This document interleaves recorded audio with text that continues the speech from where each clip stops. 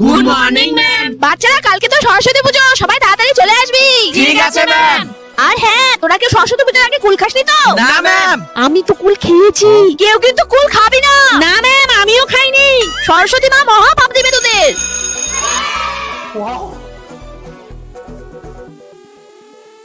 আরে তুই এতগুলো কুল কি করবি? আরে খাবো। এই রে, তুইও খা। না, ম্যাম কি বললো তোর মনে নেই? সরস্বতী পূজার আগে কুল খেতে হয় না। আরে কোথাও লেখা আছে কি সরস্বতী পূজার আগে কুল খেতে হয় না? এই নে। দে দিচ্ছি যখন খেয়েই নেই।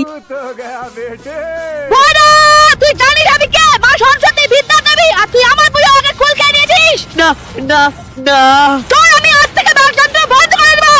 ইয়া! না!